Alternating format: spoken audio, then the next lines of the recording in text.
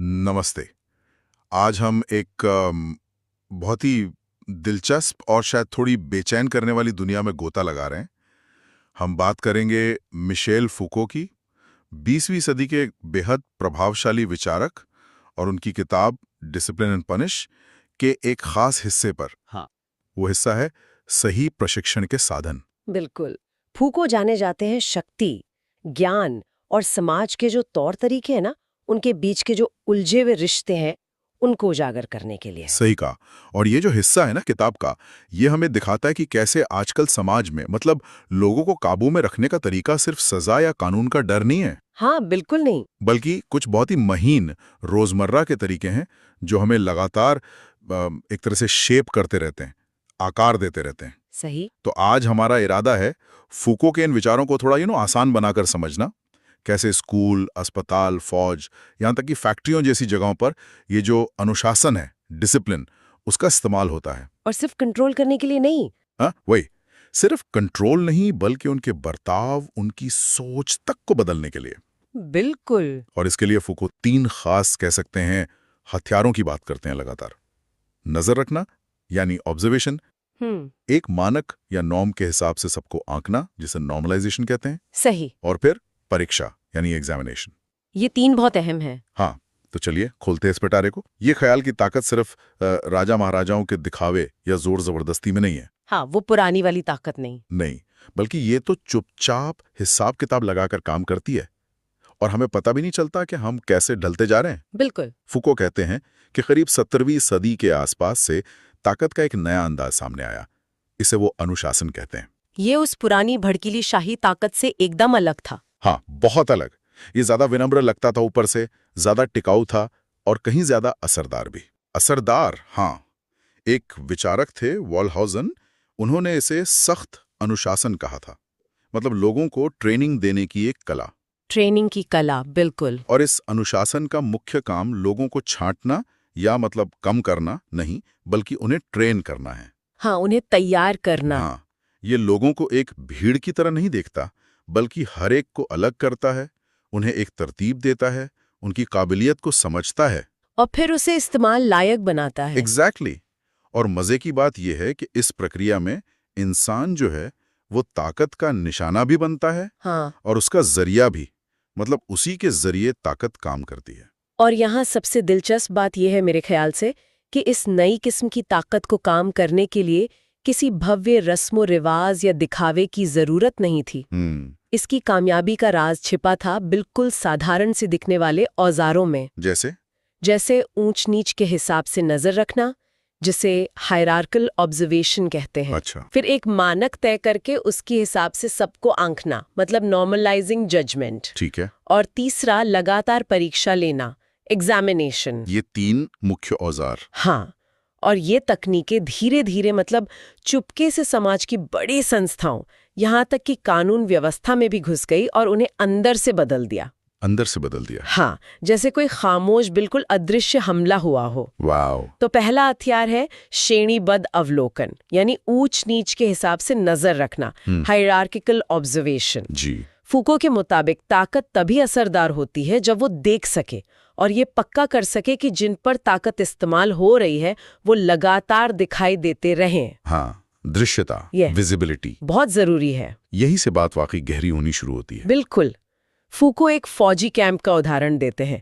वो कहते हैं कि एक कैंप सिर्फ रहने की जगह नहीं थी। नहीं, बिल्कुल नहीं। बल्कि ताकत के इस्तेमाल का एक बेहतरीन मॉडल था। सही सोचिए, उसका पूरा नक्शा, तंबुओं की कतारें, आने जाने के रास्ते, फौजियों के रैंक के हिसाब से उनकी जगहें, सब कुछ इस तरह से बनाया गया था कि हर किसी पर हर वक्त नजर रखी जा सके। अच्छा। हर निगाह, चाहे वो छोटे अफसर की हो या बड़े कमांडर की, वो निगरानी के एक बड़े जाल का हिस्सा थी। मतलब कोई कहीं छिप नहीं सकता था। बिल्कुल नहीं। सबका बर्ताव सबकी नजरों के सामने था, लगातार।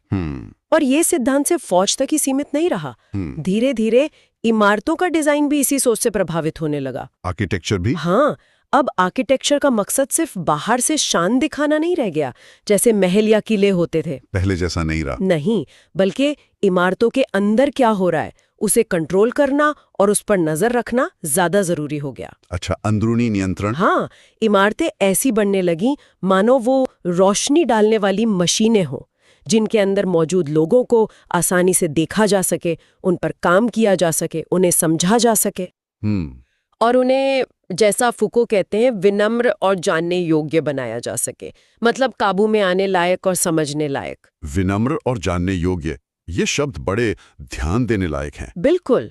अस्पतालों को ही लीजिए। 17वीं सदी के आखिर में इमारतों के डिजाइन बदले गए ताकि मरीजों पर बेहतर नजर रखी जा सके। अच्छा, अस्पतालों में भी? हाँ, ये देखा जा सके कि उनका इलाज ठीक से हो रहा है या नहीं, और खासकर छूत की बीमारियां फैलने से रोकी जा सकें। जैसे पेरिस के होटल ड्यू अस्पताल के पुनर्निर्माण की योजनाएं थी। वहां इमारत को सिर्फ पनाहगाह नहीं बल्कि इलाज में मदद करने वाला एक औजार माना गया। इलाज में मदद करने वाला औजार? हाँ, जो हवा की निकासी और मरीजों के सही बंटवारे से काम करता था। या फिर स्कूल, जैसे एकोल मिलिटेयर। हाँ, स्कूलों का उदाहरण भी है। वहां तो आर्किटेक्चर का सीधा इस्तेमाल छात्रों के शरीर को साधने, उनमें अनुशासन लाने और अनचाहे व्यवहार को रोकने के लिए किया गया। जैसे आपस में गलत संबंधों को रोकना। इसके लिए छोटी छोटी अलग कोठरियां बनाई गईं, ऐसे गलियारे जहां छात्र एक दूसरे को देख सकें। अच्छा। खाने के हॉल में निरीक्षकों के लिए ऊंचे चबूतरे, यहाँ तक कि आधे दरवाजे वाले टॉयलेट, ताकि देखने वाला सिर और पैर देख सके। अरे बाप रे! ये सब लगातार निगरानी के ही तरीके थे। तो मतलब सिर्फ देखना ही काफी नहीं था, है ना? ये तो पहला कदम हुआ। हाँ, ये पहला कदम था। इस देखने का इस्तेमाल फिर लोगों को एक पैमाने पर कसने के लिए किया गया, जिसे फुको कहते हैं, मानकीकरण करने वाला निर्णय, नॉर्मलाइजिंग जजमेंट। बिल्कुल, ये दूसरा बड़ा हथियार है। तो इसका क्या मतलब हुआ? मतलब अनुशासन सिर्फ देखता नहीं, वो लगातार एक मानक या नॉर्म के हिसाब से जांचता परखता भी है। एक नॉर्म के हिसाब से? हाँ, फुको एक उदाहरण देते हैं शिवेलिया पाउलेट के अनाथालय का, जहां एक छोटी सी अदालत जैसा सिस्टम बना दिया गया था। अदालत जैसा सिस्टम? हाँ, ये रोजमर्रा के छोटे मोटे बर्ताव के लिए था, जिन पर शायद बड़ा कानून ध्यान भी न दे। अच्छा, छोटी छोटी बातों के लिए? बिल्कुल, छोटी छोटी गलतियां जैसे देर से आना, काम में ध्यान न देना, बदतमीजी करना, गलत इशारे करना, साफ सुथरा न रहना, इन सब के लिए सजा तय थी। इसे फुको इंफ्रा पेनल्टी कहते हैं। इंफ्रा पेनल्टी मतलब? यानी वो सजाएं जो कानून के दायरे से नीचे के व्यवहार के लिए हैं। ये उन चीजों को पकड़ती हैं जिन्हें कानून नजरअंदाज कर देता है। अच्छा, जो कानून की पकड़ में नहीं आती। हाँ, और इसका मकसद सिर्फ सजा देना नहीं है, बल्कि सुधारना और सबको एक जैसा बनाना। सबको एक जैसा बनाना। हाँ, नॉर्मलाइज करना। हाँ, अनुशासन हर व्यक्ति को उसकी काबिलियत, उसके स्तर, उसकी प्रकृति के हिसाब से अलग अलग करता है, फिर उनकी तुलना एक दूसरे से और उस तय किए गए नियम या मानक से करता है। तुलना, कंपैरिजन। बिल्कुल, ये जो तुलना और आंकने का सिस्टम है, ये लोगों पर एक जैसा बनने का दबाव डालता है और आखिरकार सामान्यकरण यानी नॉर्मलाइजेशन की तरफ ले जाता है। मतलब सबको इस सामान्य या नॉर्मल के खांचे में फिट करने की कोशिश। सही। और ये जो मानक की सजा है, ये पारंपरिक कानून व्यवस्था से बहुत अलग है। कैसे अलग है?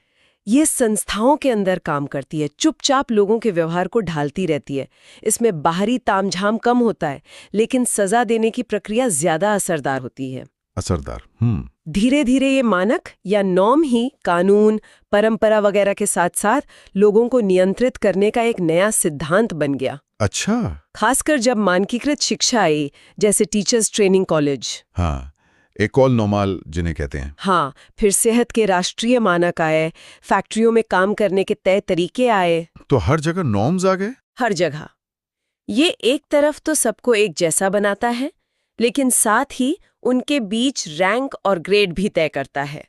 उन्हें एक रूपता के अंदर ही अलग अलग बांटता है। तो ये हो गए दो हथियार, देखना और आंकना। हाँ, और अब आता है तीसरा और शायद सबसे ताकतवर हथियार, परीक्षा, द एग्जामिनेशन। बिल्कुल। फुको कहते हैं कि ये पहले दोनों हथियारों यानी नजर रखने और मानक के हिसाब से आंकने को मिला देता है। दोनों को मिला देता है? कैसे?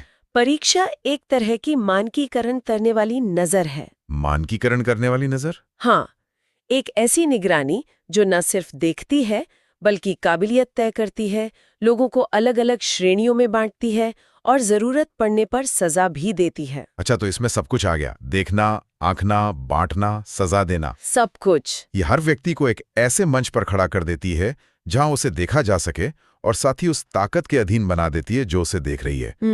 परीक्षा असल में ताकत दिखाने का एक नया तरीका है, एक नया अनुष्ठान। नया अनुष्ठान, हाँ। पुराने जमाने में ताकत का प्रदर्शन राजा की शान शौकत और जलसों में होता था। हाँ, राजा खुद दिखता था। हाँ, राजा का जलवा होता था। बिल्कुल। लेकिन अनुशासन की ताकत खुद तो अदृश्य रहती है, मगर जिन पर ये लागू होती है उन्हें पूरी तरह दृश्यमान यानी देखने लायक बना देती है। परीक्षा यही काम करती है। अच्छा, ताकत छुपी रहती है पर निशाना सामने होता है। हाँ, ये ऊंच नीच के हिसाब से नजर रखने और मानक के हिसाब से आंकने को एक साथ ले आती है, और इस प्रक्रिया में व्यक्ति ज्ञान का एक विषय यानी ऑब्जेक्ट बन जाता है। ओके, ज्ञान का विषय जिसे जाना जा सकता है, मापा जा सकता है और साथ ही ताकत के नियंत्रण में आ जाता है। तो अगर हम इसे बड़ी तस्वीर से जोड़ें तो ये शक्ति प्रदर्शन के पुराने तरीकों से बहुत अलग और ज्यादा कारगर तरीका है। स्कूलों में होने वाली परीक्षाओं को ही देख लीजिए। हाँ, सबसे अच्छा उदाहरण है। छात्रों की लगातार एक दूसरे से तुलना, उनका निरंतर मूल्यांकन। Brothers of the Christian schools नाम की एक संस्था तो चाहती थी कि उनके छात्र हर दिन परीक्षा दें। हर दिन? हाँ, स्पेलिंग की, गणित की, धर्म की शिक्षा की, लिखावट की। बाप रे। या फिर एकोल दे पोंसे शोसे, एक इंजीनियरिंग स्कूल जहां 1775 में साल में 16 परीक्षाएं होती थीं। 16? ये सीखने की पूरी प्रक्रिया को ही एक लगातार चलने वाले मूल्यांकन में बदल देता है। तो ज्ञान देना भी ताकत का इस्तेमाल का एक तरीका बन गया। बिल्कुल। ये पुराने जमाने की गुरु शिष्य परंपरा को भी परीक्षा से जोड़ देता है, जहां आखिर में एक मास्टर वर्क या अंतिम परीक्षा देनी होती थी। फुको एक और दिलचस्प उदाहरण देते हैं, फ्रांस के राजा लुई 14 की पहली सैन्य समीक्षा का। हाँ, 1666 की। हाँ, इसे वो एक अहम मोड़ मानते हैं।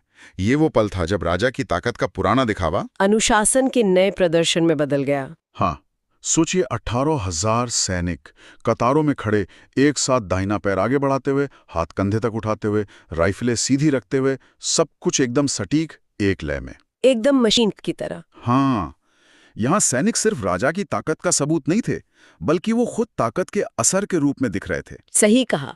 ये शरीरों पर ताकत का प्रदर्शन था, ना कि सिर्फ राजा की ताकत का। शरीरों पर ताकत का प्रदर्शन। और अस्पतालों या पागलखानों जैसी जगहों में परीक्षा का नतीजा दस्तावेजीकरण की तरफ ले जाता है। दस्तावेजीकरण मतलब रिकॉर्ड रखना। हाँ, हर चीज को लिख कर रखना।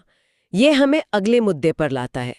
लगातार होने वाली परीक्षाओं और अवलोकनों ने बड़े पैमाने पर रिकॉर्ड रखना न सिर्फ मुमकिन बनाया, बल्कि जरूरी भी कर दिया। हाँ, ये परीक्षा सिर्फ एक बार होकर खत्म नहीं हो जाती थी। इसका नतीजा कहीं दर्ज होता था, लिखा जाता था। बिल्कुल। यहीं से शुरू होती है लिखने की शक्ति। रिकॉर्ड, रजिस्टर, फाइलें, ये सब व्यक्तियों को शब्दों और नंबरों में कैद कर लेते हैं। एक तरह से कागजों में कैद कर लेना। हाँ, जैसे फौज में भगोड़े सैनिकों पर नजर रखना, उनकी पहचान पक्की करना। हाँ, उनका पूरा बायोडाटा। अस्पतालों में मरीजों का पूरा रिकॉर्ड रखना, उनकी पहचान, बीमारी कैसे बढ़ रही है, इलाज का क्या असर हो रहा है। हर छोटी बड़ी बात दर्ज होती थी। और स्कूलों में छात्रों की प्रोग्रेस रिपोर्ट बनाना, उनकी काबिलियत क्या है, किस लायक हैं, उनका चाल चलन कैसा है, आगे चलकर उनका क्या इस्तेमाल हो सकता है। हाँ, उनका भविष्य तय करने की कोशिश। हाँ, ये सब दस्तावेजीकरण के ही उदाहरण हैं। ये हर इंसान को एक जाल में फंसा देता है, उसे स्थिर कर देता है, उसे वर्गीकृत कर देता है। और यही दस्तावेजीकरण व्यक्तियों को केस में बदल देता है। केस मतलब मामला। हाँ, यानी ज्ञान और नियंत्रण की एक वस्तु। पहले क्या होता था, सिर्फ बड़े और ताकतवर लोगों की जिंदगी, उनके काम, उनकी बातें ही लिखने लायक समझी जाती थी। हाँ, इतिहास उन्हीं का लिखा जाता था। उनकी जीवनी लिखना भी ताकत दिखाने का एक तरीका था।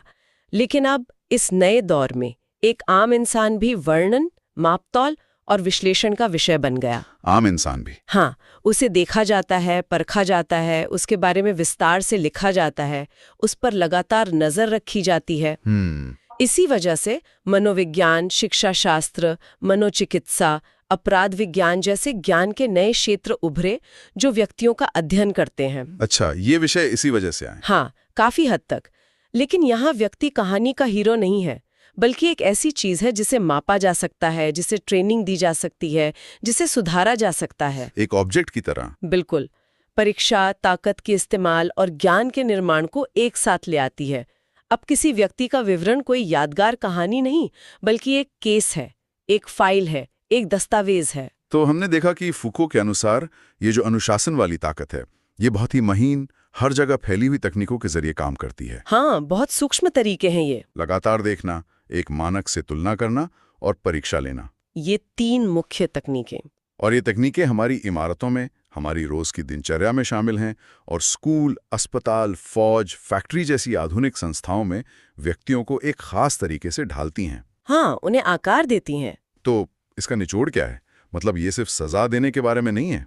नहीं, बिल्कुल नहीं, बल्कि ये ट्रेनिंग देने, वर्गीकरण करने और व्यक्तियों को विनम्र और उपयोगी बनाने के बारे में है। विनम्र और उपयोगी, डोसाइल एंड यूजफुल, यानी ऐसा बनाना कि वो आसानी से काबू में आए और काम के साबित हों। बिल्कुल। संक्षेप में कहें तो ये तकनीकें एक संबंधों पर आधारित ताकत बनाती हैं, रिलेशनल पावर। संबंधों पर आधारित ताकत। हाँ, ये एक ऐसा जाल है जिसे कोई एक व्यक्ति कंट्रोल नहीं करता, बल्कि ये जाल खुद ही लगातार काम करता रहता है, एक मशीन की तरह। अच्छा, कोई एक मालिक नहीं है इसका? नहीं, इसका असर ऊपर से नीचे और अगल-बगल हर तरफ फैलता है। ये लोगों को बेहतर ढंग से नियंत्रित करने के लिए उन्हें अलग-अलग पहचान देती है, उन्हें केस बनाती है। ये एक ऐसी ताकत है जो देखती है, जांचती है, बांटती है और लिखती है। ये खुद भले ही दिखाई ना दे, लेकिन जिन पर ये लागू होती है उन्हें पूरी तरह देखने लायक बना देती है। पूरी तरह विजिबल। हाँ, फूको ने यह सवाल उठाया था कि क्या अनुशासन की ये छोटी-छोटी चालें, ये महीन तरीके हद से ज्यादा हैं? हाँ, ये एक बड़ा सवाल है। हमारी अपनी जिंदगी का कितना बड़ा हिस्सा स्कूलों में मिलने वाले ग्रेड से लेके दफ्तरों में होने वाले परफॉर्मेंस रिव्यू तक। हाँ, और अब तो ऑनलाइन दुनिया भी है। बिल्कुल, यहाँ तक कि ऑनलाइन दुनिया में हमारे डेटा और बर्ताव के विश्लेषण तक, क्या वो भी देखने, मानकों से तुलना करने और लगातार मूल्यांकन के इन्हीं सिद्धांतों पर नहीं टिका है? ये सोचने वाली बात है। ये एक ऐसा विचार है जिस पर हम सबको खुद गौर करना चाहिए।